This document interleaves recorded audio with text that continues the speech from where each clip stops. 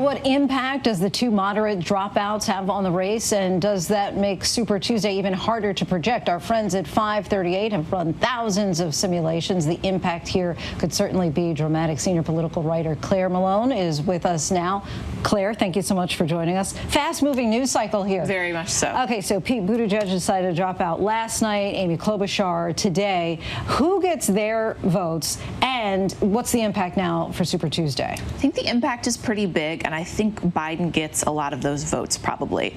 Buttigieg and Klobuchar are flying to Dallas to be with Biden tonight at a rally, and I think visually, if anything, that gives voters heading into tomorrow morning's voting quite a sense of, okay, the moderate lane of the party is coalescing around a single candidate. There is a concerted effort by probably the establishment, by establishment figures in the party to say Joe Biden is our choice, not Bernie Sanders, who they are worried about in general election. So I think Bernie Sanders has a lot to be sort of nervous about heading into Super Tuesday. And 15%, that's kind of the magic number, the threshold in order to get the delegates. So is it possible, really, just work with me here, that Bernie Sanders and Joe Biden could get at least 15% in each state, and then we're on our way to a contested convention?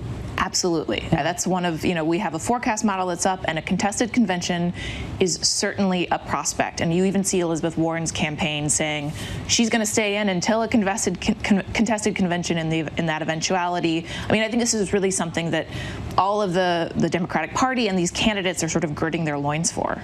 Let's talk Michael Bloomberg. All right. He spent $500 million of his own money. Is it likely that he'd win any state tomorrow? He could. Texas is a sort of an interesting state. Texas has a huge delegate trove, second only to California.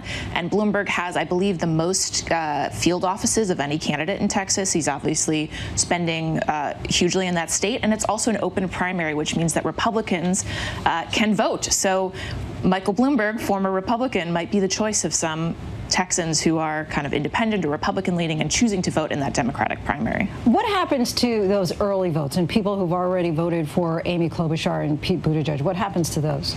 Well, their ballots will still be cast, and if I don't think this will probably happen, but if one of those two candidates does get enough votes to get a delegate, then they're allowed to direct their delegates to vote for, say, Biden. So they would direct their delegates to go for another candidate. And what are you looking for most tomorrow night?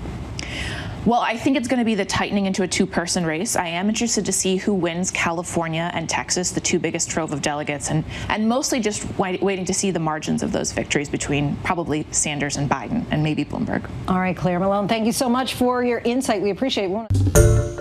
Hi, everyone. George Stephanopoulos here. Thanks for checking out the ABC News YouTube channel. If you'd like to get more videos, show highlights, and watch live event coverage, click on the right over here to subscribe to our channel. And don't forget to download the ABC News app for breaking news alerts. Thanks for watching.